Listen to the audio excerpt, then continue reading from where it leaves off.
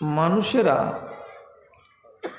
যত ইমানদার নিজের দেশে আমরা দেখতে পাচ্ছি, এই সমস্ত মানুষেরাই এমন একটা সময় আসবে যে সময় তাদের অন্তর থেকে আল্লাহর ভীতি, আল্লাহর ভয় উঠিয়ে নেওয়া হবে। মানে নিয়ামত তো সবই এগুলো আল্লাহ, আল্লাহকে ভয় করা এটা আল্লাহর নিয়ামত। এই যে রুজি দিচ্ছেন আল্লাহ, এটা নিয়ামত। বিবি, বাল বাচ্চা, জমি জিরাত, টাকা পয়সা, গাড়ি বাড়ি, এগুলো সবই আল্লাহর নিয়ামত। তো আল্লাহ তাআলার নবী বলছেন, আল্লাহ তাআলার সমস্ত নিয়ামতকে একবার ফিরিয়ে নেবেন, উপর দিকে টেনে নেবেন, অর্থাৎ উপর থেকে এসেছিল আবার উপরে ফিরে চলে যাবে। আল্লাহর ভয়টা এক সময় মানুষের অন্তরে ছিল না। আল্লাহ রাব্বুল আলামিন এই ভয়টা মানুষের অন্তরে দিয়েছেন, এটা একটা নিয়ামত। আর এই নিয়ামতটা অন্তরে যতক্ষণ পর্যন্ত জাগ্রত থাকে ততক্ষণ পর্যন্ত মানুষের ঈমান সবল থাকে, মজবুত থাকে, বলিষ্ঠ থাকে। আর যখন মানুষের অন্তরে আল্লাহর ভয় কমে যায়, কমজোর হয়ে যায়, তখন মানুষেরা বেপরোয়া হয়ে উঠে। মানুষ তখন আর এটা কথা হরগিজ চিন্তা করে না যে এত বড় পাপ যে করতে যাচ্ছি, তো আল্লাহ তাআলা কি বলবেন। এইরকম দ্বিধা নরের ভেতরে, নারীর ভেতরে আর দেখা যায় না। এইরকম মানুষের মনের ভেতরে সংকোচ আর তৈরি হয় না যে আল্লাহ আমাকে ধরবেন, আল্লাহ আমার কাছে হিসাব চাইবেন, আল্লাহকে কি মুখ দেখাবো, আল্লাহ তাআলাকে কি জবাব দেব। এই বলে যে হৃদয়ের ভেতরে একটা ভীতি থাকবে, সে জিনিসটার কথা রাসূলুল্লাহ আজ 1450 বছর আগে বলে দিয়েছেন। আউয়ালু মা ইউরফাউ মিন হাযিহিল উম্মতে আল খুশুউ। এই উম্মতের কাছ থেকে আমার সকল নিয়ামতের ভেতর থেকে সর্বপ্রথম যেটা নিয়ামত আমি কেড়ে নিব, সেই নিয়ামতটার নাম হচ্ছে আল্লাহর ভয় এবং আল্লাহর ভীতি। পরিস্থিতিটার দিকে তাকাবেন। আল্লাহর ভীতি, এটাকে যদি মজবুত করে আমাকে রাখতে হয় তাহলে আল্লাহর কথা শোনা লাগে। যদি রাসূলুল্লাহর প্রতি ভালোবাসা আমি মজবুত রাখতে চাই তাহলে রাসূলুল্লাহর কথাগুলোকে আমাকে শোনা লাগে। কিন্তু যখন দেখছি বর্তমান জামানায় মানুষ উদাসীন, তখন আপনি দেখবেন একই সময়ে দুটো তাবলীগ চলছে। একটা হলো ইবলিশের তাবলীগ আর আরেকটা চলছে দ্বীন ইসলামের তাওহীদের তাবলীগ। কিন্তু তাওহীদের তাবলীগের লোক সংখ্যা বেশি হতে গেলেও ইবলিশের তাবলীগ পেরে উঠছে, আর আল্লাহ এবং তার রাসূলের যেটা তাবলীগ সেটা পেরে উঠে না, এরা হেরে যাচ্ছে। কি করে হচ্ছে এইটা? কেমন করে হচ্ছে? আল্লাহ এবং আল্লাহর রাসূলের তাবলীগ হলো সাদামাটা। এখানে আপনাকে কিছু আশার বাণী শোনানো হয় এবং আপনাকে কিছু ভয় ভীতির কথা শোনানো হয়। তাহলে এখানে দুটোই আছে। আপনি মরলে জান্নাত পাবেন, আল্লাহ আপনাকে এই সুখ দেবেন, আল্লাহ আপনাকে এই সুখ দেবেন, তাহলে এটা হলো আমার বাকির ব্যবসা। আর ইবলিশ শয়তানের যেটা তাবলীগ সেটা হলো টাটকা, নগদে। আপনি ওই তাবলীগকে যদি মানেন তাহলে পরে ওরা যেটা লাভ দেওয়ার কথা বলেছে একদম টাটকা টাটকা দেবে, তাজা তাজা দেবে, ওরা বাকিতে ব্যবসা করে না। তো এটাই হচ্ছে, মোবাইল যখন আপনি খুলছেন তখনই এই মোবাইলের ভেতরে কত মিঠা মিঠা কারিদের কোরআনের তেলাওয়াত শোনা যায়। আপনি বলতে পারবেন এই জামানাতে 100টা নওজওয়ানের ভেতরে 90টা নওজওয়ানের মোবাইলকে চেক করে দেখুন তো কোরআন মাজিদের কোনো কারির অ্যাপস ডাউনলোড করা আছে? নাই। কখনো সে একবার সকালে কিংবা একবার বিকালে আল্লাহর কোরআনের একটা রুকু বা 2-4টা আয়াত কানে তুলে? কখনো তুলে না। কিন্তু সেই লোকটাই দেখেন ও 4খানা ইট মাথায় করে নিয়ে দিল্লি, বোম্বাইয়ে, গুজরাতে কাজে গিয়ে 1 তলা থেকে 3 তলা যাবে। শক্তি লাগছে, ঘাম ছুটছে, ব্যথা বেদনা হচ্ছে, অথচ কানের ভেতরে লিড লাগানো আছে, এবং ফুল প্যান্টের পেছন দিকে বড় মোবাইলকে কানেক্ট করে আছে, ওখান থেকে ঝিমঝিম ঝিমঝিম ঝিমঝিম করে মিঠা মিঠা রস ওর কানে যাচ্ছে। এটাতে হচ্ছেটা কি, ওর মন শান্তি পাচ্ছে, ওর রূহ শান্তি পাচ্ছে। আর মন যখন খুশি হচ্ছে, শান্তি পাচ্ছে, তখন ওর কাজে মন বসছে, কাজটা ঠিকঠাক করে করছে। এটা হলো তার নগদ পাওনা। আর ওই লোকটাকে যদি বলি তোমার আসমানে আছে রুজিদাতা, তিনি দিবেন তোমাকে রুজি, তো তাকে তুমি রাজি করো, রিজিক তলাশ করতে এসেছো, তো দুটো কোরআনের আয়াত শোনো। তো বলছে কোরআনের আয়াত শুনে কি করব, কিছু তো মানে বুঝি না, তর্জমা বুঝি না, তো কোরআন শুনে কি লাভ হবে। এই জন্য সারাটা দিন সারাটা রাত আপনার আর আমার আর আমাদের বাচ্চাদের, আমাদের মেয়েদের মায়েদের সবারই একই অবস্থা। এরাকে ইবলিশের তাবলিগ অত্যন্ত আকর্ষণ করেছে, কিন্তু আল্লাহ ও রাসূলের তাবলিগ এদেরকে আকর্ষণ করে না। যদি প্রয়োজন মনে করতাম, তাহলে আজকে গুণীপুকুর গ্রামটা ছোট হলে কি হবে, জালসাটা কি ছোট, এখানে 2000 লোকের সমাবেশ ঘটত। প্রয়োজন নেই। কেন প্রয়োজন নেই? আমি এত মানতেও পারবো না, তো আমি এত শুনতেও পারবো না। তাহলে যাক, যে কটা লোক এসেছেন নর এবং নারী, তাদেরকে কয়েকটা কথা বলি, আর কথাগুলোকে আপনি যদি হেফাজতে রাখেন তাহলে ইনশাআল্লাহ আপনার কাজ দিবে।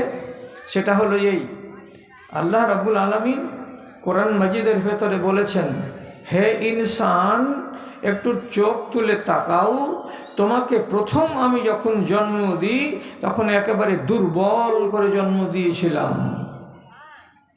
আল্লাহ কোরআনে বলছেন, Incoming voice call from Soho Heart Sparkling Heart Beating Heart Pouring Processor on Sim Sim 1. আল্লাহ রাব্বুল আলামিন তোমাকে অত্যন্ত দুর্বল করে, Incoming voice call from Soho Heart Sparkling Heart Beating Heart Pouring Processor on Sim Sim 1. ঠিক, আমি কত কমজোর। Incoming voice call from Soho Heart Sparkling Heart Beating Heart Pouring Processor on Sim Sim 1. তো হয়ে পড়ার পর থেকে আমার ক্ষমতা হয়নি যে আমি আমার মায়ের কোলে চড়ে নিব, আর নেওয়ার পরে আমি আমার মায়ের স্তনকে চুষে নিজের পেটকে ভরাতে চেষ্টা করব। কিন্তু চোখের সামনে একটা ঘোড়ার বাচ্চা যখন পয়দা হয়, তো ঘোড়াটা যখন বাচ্চাটার গাকে চেটে দেয়, তো মিনিট 5-এর মাথাতে বাচ্চাটা নিজে দাঁড়িয়ে যায় এবং তার মায়ের স্তন চুষতে আরম্ভ করে।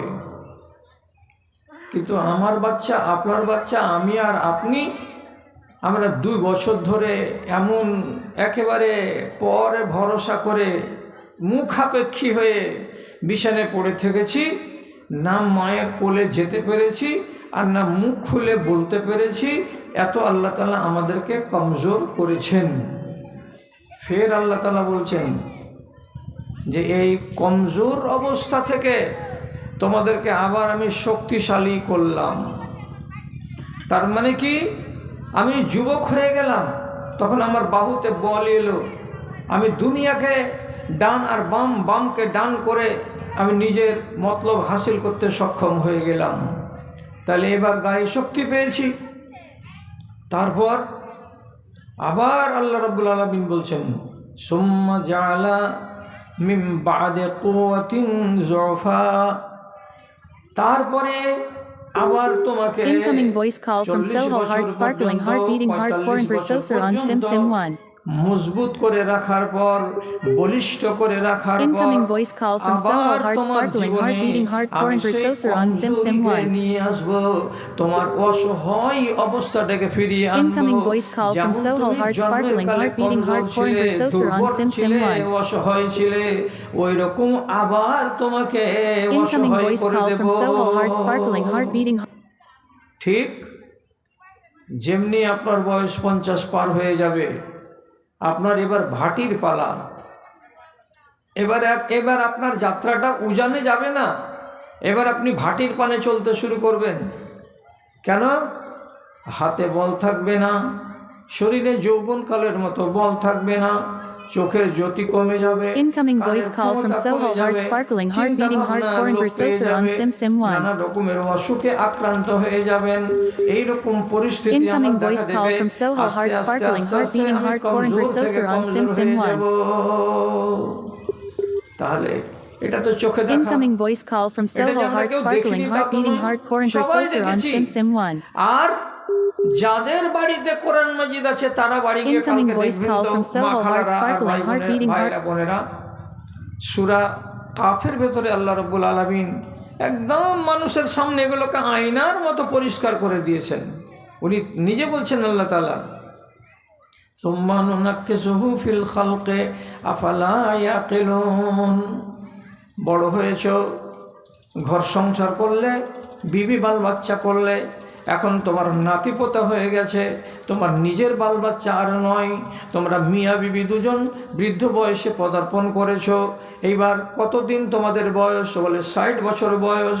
আল্লাহ তাআলা নিজে বলছেন, তোমার যখন 60 বছর বয়স হয়ে যাবে তখন আমি আল্লাহ তোমার দেহটাকে, তোমার মনটাকে, তোমার মেজাজটাকে, তোমার কানকে, তোমার চোখকে, তোমার নাককে আবার মায়ের পেট থেকে ভূমিষ্ঠ হওয়ার কালে যেমন কমজোর ছিল সেই রকমই আবার আমি কমজোর করে দেব, তোমাকে আবার আমি দুর্বল বানিয়ে দেব। ফের আমাকে দুর্বল বানাবেন আল্লাহ তাআলা। তাহলে আমাদের বয়স কত? রাসূলুল্লাহ সহিহ হাদিসের ভেতরে বলছেন, আমার উম্মতি মা বাইনা 60 ইলা 70। আমার উম্মতিদেরকে আল্লাহ রাব্বুল আলামিন গড়ান বয়স দিয়েছেন 60 থেকে 70 বছর। এটা হলো উম্মতে মুহাম্মাদির বয়স। ইব্রাহিম নবীর উম্মতকে আল্লাহ রাব্বুল আলামিন 150 বছর পরে 200 বছর বয়স দিয়েছিলেন। হযরতে নূহ আলাইহিস সালাতু ওয়াস সালামের উম্মতকে আল্লাহ তাআলা 1000 বছর পর্যন্ত বয়স দিয়েছিলেন। হযরতে আদম আলাইহিস সালাতু ওয়াস সালাম এবং তার আওলাদেরাকে আল্লাহ তাআলা 1000 বছর করে বয়স দিয়েছিলেন। আমাদেরকে আল্লাহ রাব্বুল আলামিন মাত্র 60 থেকে 70 বছর বয়স দিয়েছেন। কেহু কেহু চলে যায় 70-এর উপরে, ওটাও নবীজি বলেছেন কাল্লা মা ইয়াতাজাওয়াজু। কেউ কেউ চলে যায় ওই পারে, কিন্তু বেশিরভাগ আমার উম্মতিরা 60 থেকে 70 বছরে দুনিয়া ছেড়ে চলে যাবে। কম সংখ্যার লোক 75, 80, 90 বছর বাঁচবে। ওই কম সংখ্যাটা ধরার নয়, অধিক সংখ্যাটাকে ধরার, যে বেশিরভাগ মানুষেরা দুনিয়াতে 60 থেকে 70-এর মধ্যেই চলে যাবে। তাহলে আমাদের বয়স তো এই। রাসূলুল্লাহ 63 বছর বয়সে গেছেন। আবু বকর সিদ্দিক রাদিয়াল্লাহু তাআলা আনহু তিনি গেছেন 64 বা 65 বছর বয়সে গেছেন। হযরত ওমর রাদিয়াল্লাহু তাআলা আনহু উনি 63 বছর বয়সে গেছেন। হযরত উসমান গনি রাদিয়াল্লাহু তাআলা আনহু উনি 64.5 বছর বয়সে মারা গেছেন। হযরত আলী রাদিয়াল্লাহু তাআলা আনহু তিনি আবার 60-এর পরে মাত্র 1 থেকে 1.5 বছর বেঁচেছেন, তিনি আবারও চলে গেছেন। তাহলে দেখেন তো এত নামকরা লোকগুলো 65-র সীমাকে অতিক্রম করতে পারেননি, তার আগেই কবরে চলে গেছেন। আমাদের তো সেই হাল, আমরাও তো চলে যাব। তো এখন আপনাকে এই কথাটি কেন তুলে আনলাম? তুলে আনার আমার একমাত্র উদ্দেশ্য হলো এই, যখন আমার জীবনে অবস্থাগুলো এক থাকবে না, তাহলে আমার কাজও আর নানান রকমের হবে। এটাই তো ঠিক। কেমন নানান রকমের হবে? 7 বছর থেকে 10 বছর আমরা তো কোনো ইবাদত করি না, অথচ 7 বছর বয়সে নামাজ ফরজ হয়, আর 10 বছর বয়সে মেরে তাকে নামাজ পড়াতে হয়। তো আমরা তো 10 বছর পর্যন্ত ছেলে ঘুরেই বেড়াই এবং খালি কাবাডি খেলে বেড়াই। তাহলে এদিক তো আমাদের 10 বছর গোল হয়ে আছে। তারপরে যখন আমাদের জ্ঞান হলো, আক্কেল হলো, তখন অধিকাংশ লোক নামাজ ধরে না। 2, 4, 5, 10টা যদি নামাজ ধরে তো 15 বছর পরে নামাজ স্টার্ট করে। তাহলে এই বয়সটা কেমন? এই বয়সটা হলো যৌবনকাল। এই যৌবনকালটা হচ্ছে সারাটা আপনার জীবনের ভিতরে সবচাইতে মূল্যবান সময়। এই সময়টার অত্যন্ত দাম আছে। কেন? এই সময়ে আপনি আপনার নিজের 2 হাত দিয়ে আপনি ফৌলাদি শক্তির দ্বারাই আপনি হককে বাতিল করতে পারবেন, বাতিলকে হক বানাতে পারবেন। আপনি এই 2 হাতের দ্বারাই কোনো একটা জায়গাতে দাঙ্গা লাগিয়ে দিতে পারবেন, এই হাতের দ্বারাই আর বাহুর দ্বারাই কোনো এক জায়গাতে আপনি শান্তি ফিরিয়ে আনতে পারবেন। আপনি ইচ্ছা করলে যেটা চাইবেন সেটাই আপনি প্রতিষ্ঠিত করবেন, কেন যে আল্লাহ তাআলা আপনার বাহুতে বলদান করেছেন। কিন্তু বাহুর বলটা কতদিন থাকবে? এটা তো চিরদিন থাকবে না। যখন যৌবনকাল শেষ হয়ে গেল, অর্থাৎ 40 কমপ্লিট হয়ে গেল, আপনার যৌবন শেষ হয়ে গেল। আর এটা মানতে পারবেন না? পারবেন না। 45 বছর থেকে 50 বছরের মাঝখানে মায়েদের কথা তফসিরে লেখা আছে, এদের ঋতু বন্ধ হয়ে যায়, মাসিক বন্ধ হয়ে যায়। আবার যখনই 45 বছর বয়স হলো কোনো রমণীর, আর তার যখন ঋতু বন্ধ হয়ে গেল, তার মানে জেনে নিতে হবে যে এই মা আর বাচ্চা জন্ম দিতে সক্ষম নয়। কোনো রমণীর যদি বা মাসিক না হয় তাহলে তার পেট থেকে বাচ্চা ভূমিষ্ঠ হবে না। তাহলে আল্লাহ রাব্বুল আলামিন ৪৫ বছর বয়স হতে হতে মায়েদের মাসিককে বন্ধ করে দিলেন। কেন? তোমার ভেতরে আর যৌবনের ক্ষমতাটা নেই। সুতরাং এবার আমাদের যৌবন কাল আমরা পার করে দিলাম। যা কিছু করার ছিল এই সময়ের ভেতরে আমাদেরকে করে নেওয়া দরকার ছিল। এখন আপনাকে বলছি আমি, যৌবনকাল তো গেল খেলাধুলাতে, রং রসে। তো যেখানে ইবাদত পিছে পড়ে গেছে, সেই ইবাদতখানি আপনি আপনার যৌবনকালের পরে যেটা সময় আসবে সেই সময়ে আল্লাহ তাআলার সাথে ওয়াদা করে পুষিয়ে নিতে পারবেন। যেগুলো নমাজ ছাড়া পড়েছে ওই নমাজগুলোকে কি আপনি ঘুরিয়ে নিয়ে আসতে পারবেন? যতগুলো রমজানের রোজা ত্যাগ করেছেন ওই বুড়াতি বয়সে কি আপনি এইগুলোকে আবার ফিরিয়ে আল্লাহ তাআলাকে শোধ দিতে পারবেন? পারবেন না। কেন পারবেন না? এই যে আয়াত বললাম সূরা কাফের, সুম্মা নুনাক্কিসুহু ফিল খালকি আফালা ইয়াকিলুন। মানুষ তুমি জ্ঞান কেন করো না? আসল সময় হলো যৌবনকাল। এই যৌবনকালে তোমাকে ইবাদত দিয়ে নিজের ইমানটাকে সজ্জিত করতে হবে। তোমার কোনো ইবাদত যেন বাকি না পড়ে থেকে যায়। কিন্তু তুমি সেদিকে খেয়াল করো না, তোমার সমস্ত কাজ বাকি পড়ে থাকছে। যৌবনকালে তুমি হবে পরহেজগার, তুমি হবে দিনদার, তুমি হবে আল্লাহওয়ালা। হ্যাঁ, দেখেছি, অনেক মানুষকে দেখেছি যৌবনকালে ইমানদারি করেনি, যৌবনকালে চেহারায় দাড়ি রাখেনি, যৌবনকালে পর্দার পাত্তা দেয়নি। আবার ওই মেয়েরাই, ওই ছেলেরাই যখন 50 বছর বয়স হয়ে যায়, চোখে যখন কম দেখতে পাই, কানে যখন কম শুনতে পাই, এবং দাঁতগুলো সব যখন নড়বড়ে হয়ে যায়, পেটের শক্তি যখন কমে যায়, আহার যখন কমে যায়, তখন ছেলে হোক কিংবা মেয়ে হোক বয়স বেশি হতে গেলেই সেই লোকটা পরহেজগার হয়ে যায়, ওই লোকটা দিনদার হয়ে যায়। সত্য কথা নয়? দুনিয়াতে যত বুড়া আছে, বেনমাজ আছে, এক আধটা যদি থাকে তাহলে না, তো ভারতবর্ষের শেরশাবাদ কমের ভেতরে যত বুড়া মানুষ আর বুড়ি মানুষ আছে বেনামাজ কেউ নেই। কেন? বুড়াতে কালে আবেদ হয়ে যায়। বুড়াতে কালে এত দিন কেন ধরে নেই? জানে যে 7 ঘাট সব বন্ধ হয়ে গেছে, এখন একটা ঘাট বাকি আছে, সেটা হলো কবরের ঘাট।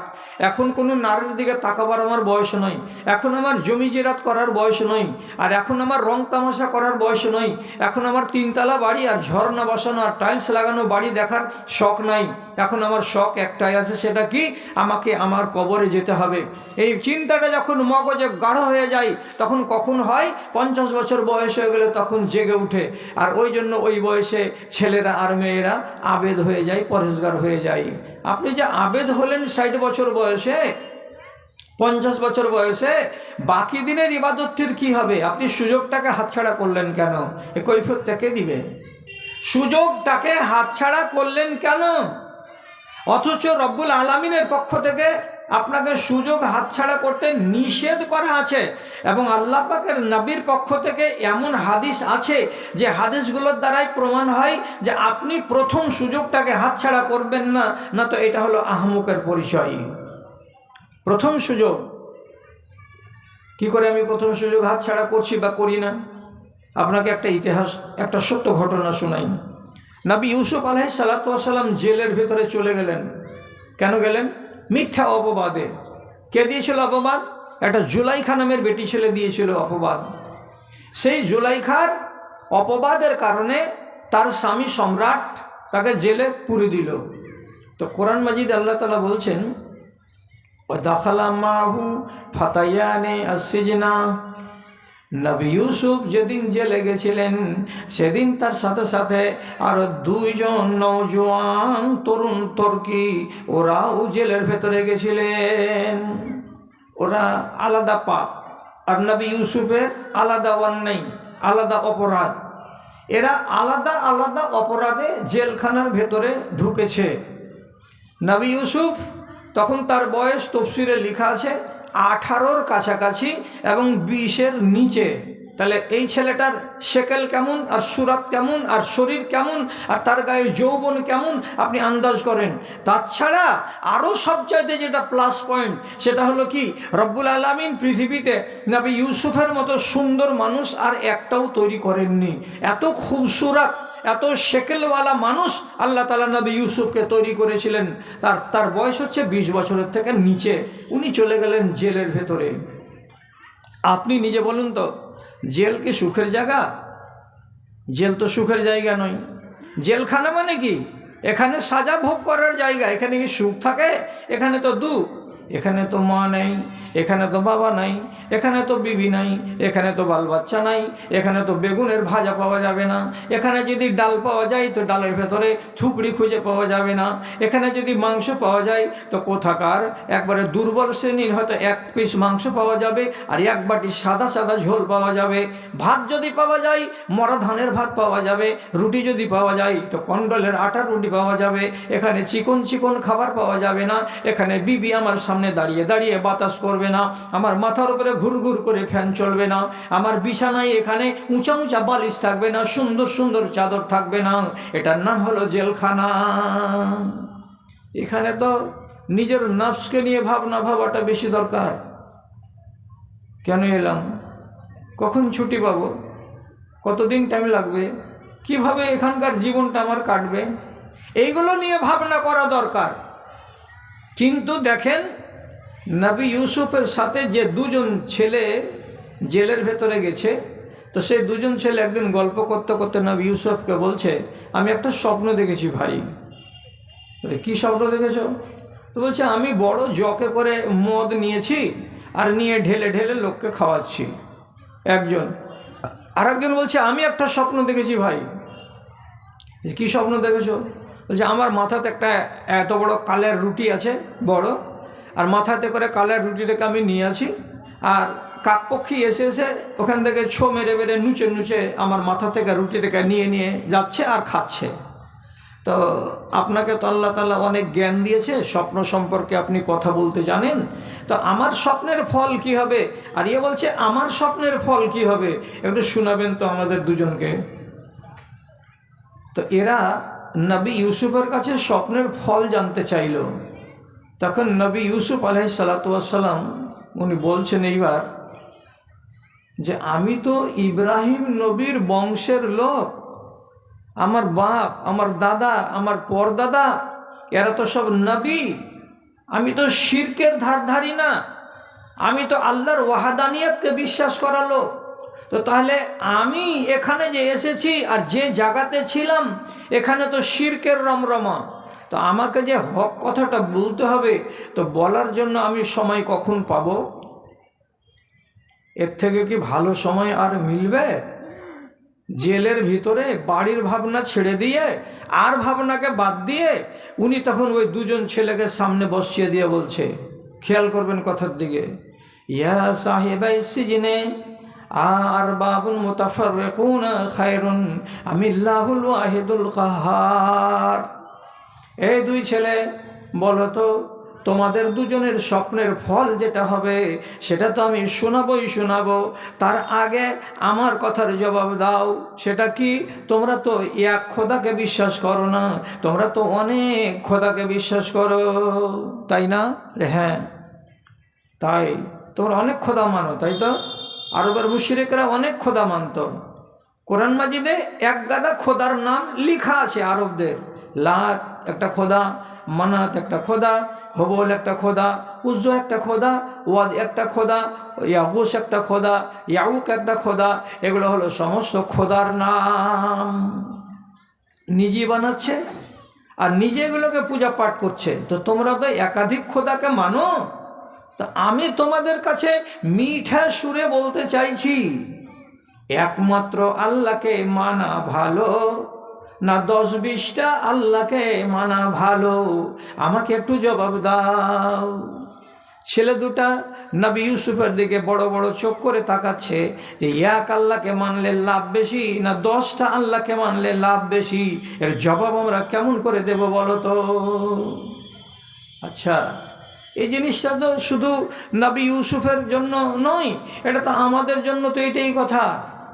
হ্যাঁ, এখনকার যুগেও যদি কেউ বলে যে লোহা লাক্কড়ের ভগবানই একটা, ও যদি নারাজ থাকে তো একটাও রেঞ্চে নাট খুলবে না, একটাও মোটরের পার্টস খোলা যাবে না। তো ওই জন্য লোহা লাক্কড়ের খোদার দিন সমস্ত মিল কারখানাকে ধুয়ে মুছে মার্তুল ছেনি হাথুড় বথুড় সমস্তকে ধুয়ে পরিষ্কার করে সেদিন রাখতে হয়, বিশ্বকর্মা। আর একটা হয়তো খোদা আছে, ও খোদা হলো বরকতের খোদা, ওর নাম হলো লক্ষ্মী দেবী। ওকে যদি রাজি না করা যায় তো একটাও ধান চেল হবে না। তো ও তো এক ক্ষমতা নিয়ে বসে আছে। আর একটা দেবী আছে, ওই দিন যদি এত বড় একটা ছোট্ট বেটি ছেলে ও যদি শাড়ি পরে দেবীর কাছে না যায় আর হাতে কলম খাতা না থাকে আর দেবীর কাছে যদি বিদ্যা না চাহে তো মেট্রিকে পাস করতে পারবে না, ও 7 বার ফেল করবে। দুর্গা সারা দুনিয়াতে যত অন্যায় হবে সবকে নাশ করে দিবে। এ হলো দুর্গা, হলো কি দুর্গতিকে নাশিনী। তারপরে বন্যা হতে আছে আর গঙ্গাতে ভাঙন হতে আছে। তো এক একটা খোদার এক একটা আকিদা নিয়ে আরবের মুশরিকরা জিন্দা হয়ে বাঁচছে আর তাকে ব্যবহার করছে। তিনি জিজ্ঞেস করলেন, এতগুলো খোদা মানা ভালো না একটাই খোদা মানা ভালো? তোমরা জবাব দেবে আমাকে। আমাদের বাচ্চাগুলোকে শিখাবার জন্য উলা জামাতের আদনা জামাতের উর্দু কিতাবের ভেতরে একটা কবিতা লেখা আছে। কবিতাটা জ্ঞান দেওয়ার জন্য লেখা আছে। কি, যদি ভগবান দুটো হতো, আল্লাহ যদি দুটো হতো তো কি ক্ষতি হতো? তো শুনে দেখেন তো কেমন লাগছে। अगर दो खुदा होते संसार में तो दोनों बला होते संसार में। যদি মনে করো যে দুটা আল্লাহ হয়েছে তো তাহলে দুটা মুসিবত তোমাদের মাথার উপরে থাকতো। কেমন করে থাকতো? इधर एक कहता के भाई मेरे रहे आज दुनिया में बारिश रहे। একটা খোদা একদিন বলবে আর একটা খোদাকে ডেকে যে আজকে ভাদু অঞ্চলে কটকটা করে রোদ দিব। তখন আর একজন খোদা বলবে বেশি ভদর ভদর করিস না, আজকে পটকটা করে রোদ না দিয়া জুট করে আমি পানি দিব। তো দুই খোদা একবার বলবে কি আমি রোদ দিব, আর একজন বলবে কি আমি বৃষ্টি দিব। তা আবার দুজনে মনোমালিন্য হবে। खतरनाक होता ज़माने का रंग, खतरनाक होता ज़माने का रंग, हुआ करते हर रोज दोनों में जंग। দুনিয়াটা ঠিকঠাকভাবে চলতো না, দুই খোদাতে শুধু নিজের ক্ষমতাকে নিয়ে লড়ালড়ি করতো, মারামারি করতো, আর দুই খোদা ওইগুলোতেই তারা ব্যস্ত থাকতো। আল্লাহর এই দুনিয়াটাকে তারা আবাদ করার চিন্তা ভাবনা করতো না। বিপদ হতো কি না?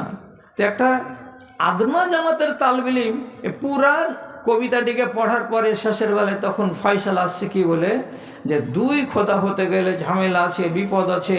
দুই খোদা না হয়ে যদি এক আল্লাহ হয় তো তিনি হবেন রুজির মালিক, তিনি হবেন সম্পদের মালিক, তিনি হবেন কায়নাতের মালিক, তিনি হবেন গরমের মালিক, তিনি হবেন ঠান্ডার মালিক, তিনি হবেন ফসলের মালিক, তিনি হবেন পাহাড়ের মালিক, তিনি একছত্র মালিক হবেন। এটাই ঠিক। সব কথাটি কান পেতে শুনলো এরা।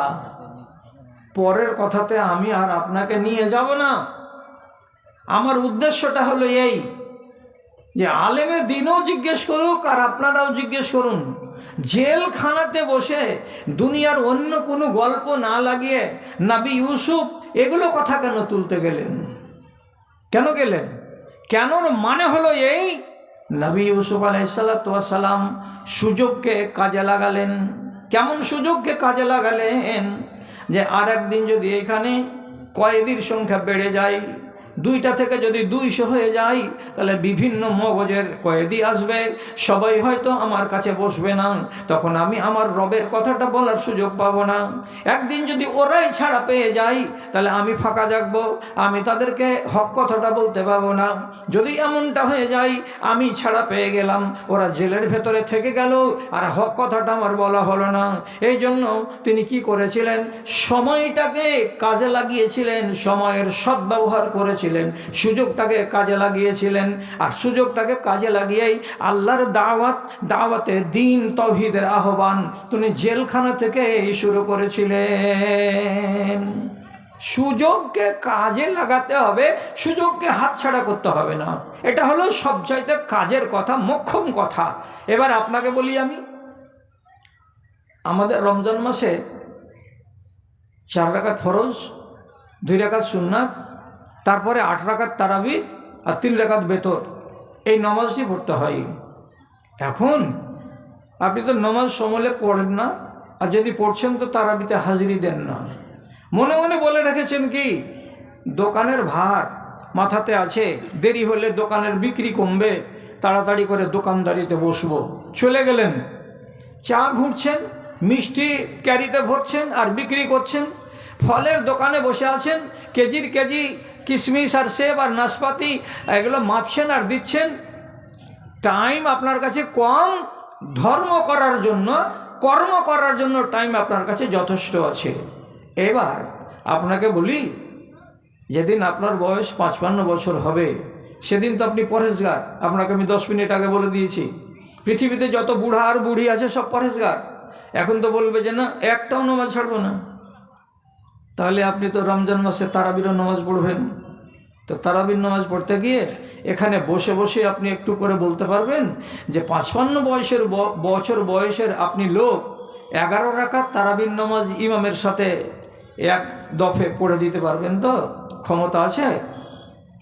আমার তো মন বলছে শতকরা 90 জনই বলবে যে পারবো না। কেন পারবে না? এখনকার জমানাতে রাগ করিয়েন না কথা, কেন যে মায়েরাও এই রোগে আক্রান্ত আছে, এখন পড়ে না, বলছে বুড়াতিকালে নমাজ আল্লাহর নামে ধরবো, তো তখন আর আল্লাহকে ছাড়বো না। তো তুমিও তো অচল। শতকরা 80টা বেটি ছেলে বর্তমান জামানায় অচল। কিসের অচল? একটা বাচ্চা 100টা বেটি ছেলের ভেতরে যাদের কপাল ভালো, 10টা ছেলে আল্লাহর কোরআনে যেটা বলে দেওয়া নীতি, ওই নীতি অনুসারে নিজের বাপের বাড়িতে পয়দা হচ্ছে মায়ের জনি দ্বার দিয়ে, আর বাদ বাকি 90টা বেটি ছেলে পেট কাটা। পেট কাটাই বেশিরভাগই পেট কাটা। এই ছেলে পিলা পেটে এখন কেমন জন্মিছে যে কোনখান দিয়ে আমাকে